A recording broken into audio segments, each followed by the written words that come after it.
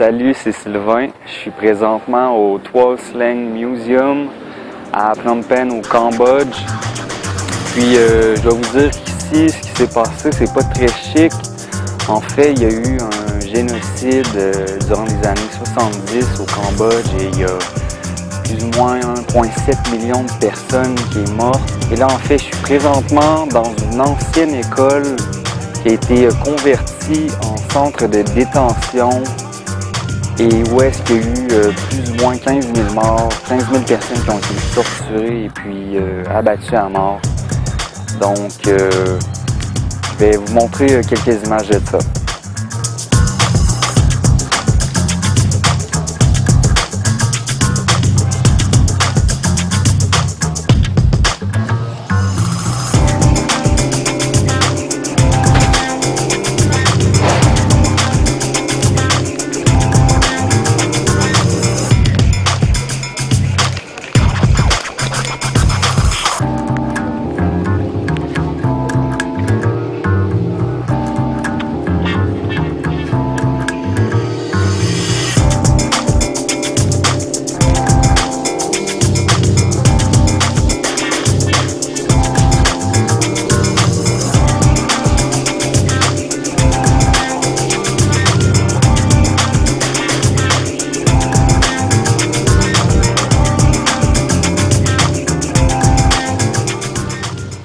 Donc, après avoir vu autant de trucs négatifs, eh bien, je me suis dit que j'allais vous parler de personnes négatives.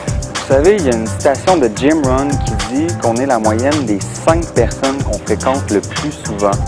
Et les relations qu'on a avec les autres sont super importantes parce que c'est elles qui vont nous propulser vers le haut ou vers le bas dans la vie.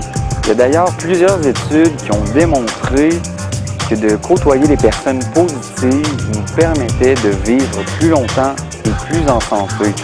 Donc, c'est pourquoi il est super important de choisir avec soin les personnes qu'on décide de côtoyer dans la vie de tous les jours. Alors, comment on fait pour mettre un terme à ces relations toxiques-là? Eh bien, premièrement, vous devez identifier ces personnes négatives-là dans votre entourage et vous devez faire le ménage. Donc, il n'y a personne qui vous oblige à entretenir une relation avec quiconque.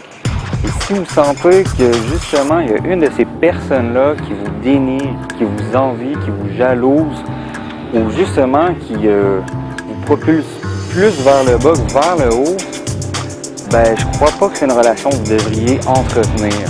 Ensuite, fixer des limites.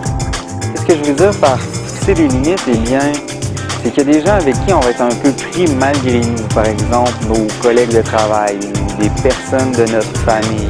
Donc ces personnes-là, en fait, c'est des personnes avec qui on va passer moins de temps. C'est des personnes avec qui on ne partagera pas nos difficultés. C'est des personnes avec qui on ne partagera pas non plus nos buts, nos rêves, nos projets. Puisqu'on sait que si c'est ce qu'on fait, qu'on sauve justement à ces personnes-là, eh bien, on n'aura pas un feedback positif. Puis finalement, eh bien, essayez pas de changer ces personnes-là, puisque c'est beaucoup plus facile en fait de changer de personne que d'essayer justement de changer une personne. Je vais vous laisser avec les mots suivants. Regrettez jamais d'avoir connu une personne, parce qu'une bonne personne va vous apporter du bonheur, une mauvaise personne va vous apporter de l'expérience, et une personne qui est méchante, qui est vraiment mauvaise, eh bien, va juste vous laisser un souvenir. Ok, bye bye.